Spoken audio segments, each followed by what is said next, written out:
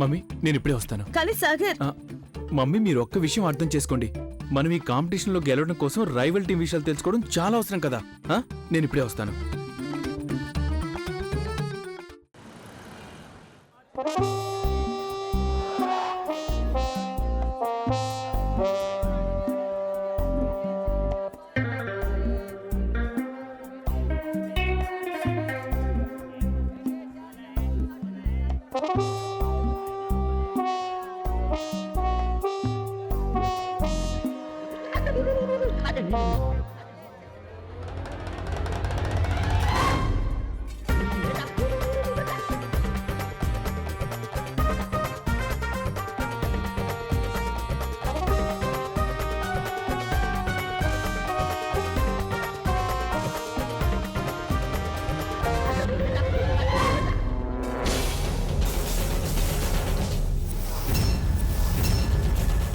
నువ్వు ఇక్కడేం చేస్తున్నావు? ఏం చేస్తున్నానంటే నేను ఇక్కడికి పని మీద వచ్చాను. ఒక్క నిమిషం, నువ్వు నన్నెందుకు అడుగుతున్నావు? ఈ రోడ్డు ఏమైనా నీ ప్రైవేట్ ప్రాపర్టీ అనుకున్నావా? ఈ రోడ్డు మీద నీకెంత హక్కు ఉందో నాకు కూడా అంతే హక్కు ఉంది. నిజాయితీగా నేను కూడా ట్యాక్స్ పే చేస్తున్నాను. ఓకే? నేను నీకు పిచ్చిదానిలా కనిపిస్తున్నానా? నువ్వేం చెప్తే నేను అది నమ్మేయడానికి? నాకు నీ గురించి చాలా బాగా తెలుసు సాగర్. నువ్వు నా వెనకాలే ఇక్కడి దాకా వచ్చావు ఎందుకంటే నేను కృష్ణని ఇంప్రెస్ చేయడానికి ఏం కొన్నాను, ఏం చేయబోతున్నానని చూడ్డానికి. నువ్వు చిన్నప్పటి నుండి చీటర్వే. నిజాయితీ గురించి నా గురించి నీకు అంత బాగా తెలుసు అన్నప్పుడు నా కళ్ళల్లో, నా మనసులో నీ మీదున్న ప్రేమ నీకెందుకు అనిపించట్లేదు? నువ్విది ఎందుకు అర్థం చేసుకోవట్లేదు గంగా?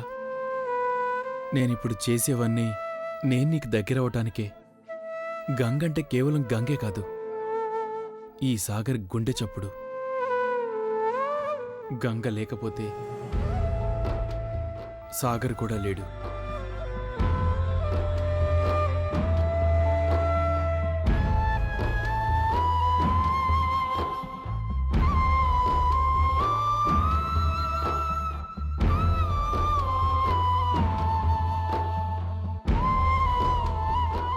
నాకు బాగా తెలుసు సాగర్, నువ్వు గెలవడం కోసం ఎవరినైనా తప్పుదోవ పట్టిస్తావు. కానీ నేను మాత్రం నీ వల్ల ఎప్పటికీ చిక్కుకోనని తెలుసుకో. మిస్టర్ సాగర్ చతుర్వేది, ఈ ఛాలెంజ్లో నేనే గెలుస్తాను. కిచెన్లో కలుద్దాం. నీ ఇష్ట ప్రకారమే చేద్దాం మిసెస్ సాగర్ చతుర్వేది.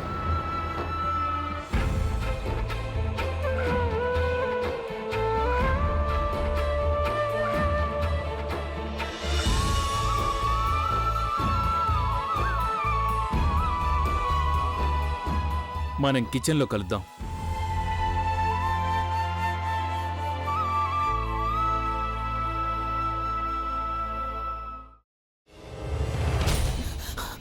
నువ్వు ఇంకేమన్నా చెప్పాలా?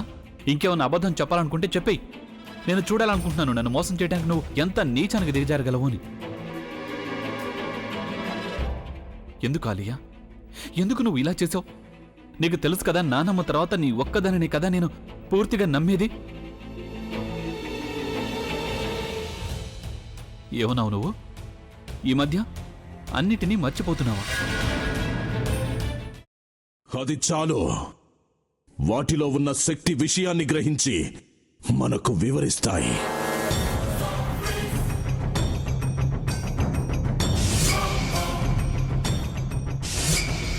ఎవరు ఆ దండ విప్పొద్దు, గది తలుపులు తెరవద్దు.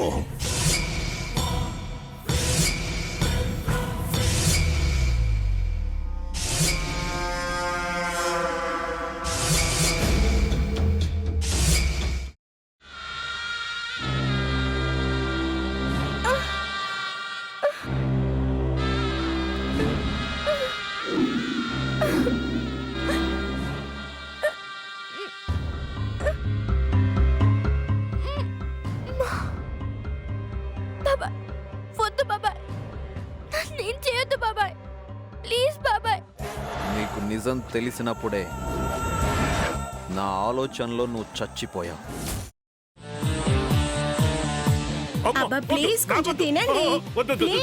భీమారావు గారు, మీరా? ఇగో మీరా కాదు సక్కుబాయ్. అవును, మీ పనామే లేచిపోయిందని చెప్పి కంప్లైంట్ ఇచ్చినావు కదా. రేయ్, ఆయన కంప్లైంట్ ఇచ్చింది లేచిపోయిందని కాదు, కనిపించడం లేదు అని. అట్లానా? సరే మేడం. ఇడియట్.